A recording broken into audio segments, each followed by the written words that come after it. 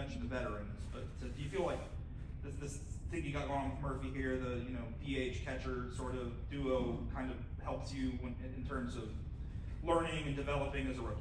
Yeah, completely. I mean, him and Sandy being here.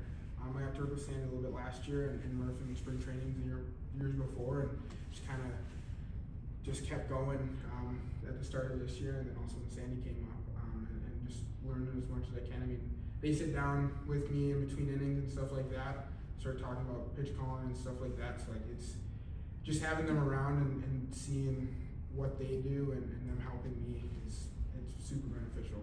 Speaking of veterans, Iggy, another really good inning. How has the progression been between you two? He's obviously looked a lot better over the last month, 2 months. So what's that been like, catching him a little bit more?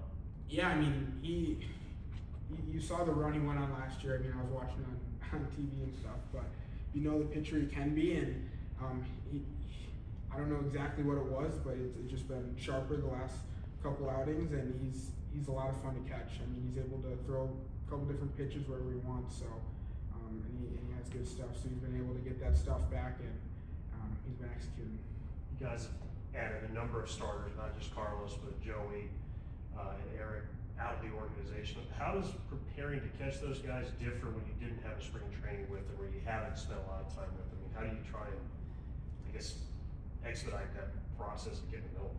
Yeah, I mean, just conversations.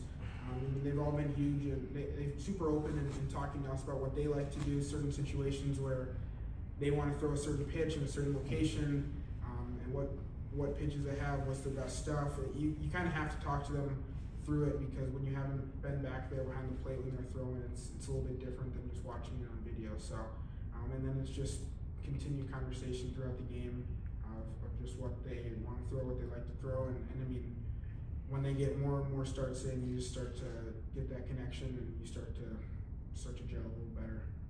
There you go. A bunch of the pitchers have talked about how you seem like a veteran behind the plate. Why do you think that is? Yeah, it's a pretty nice compliment from them.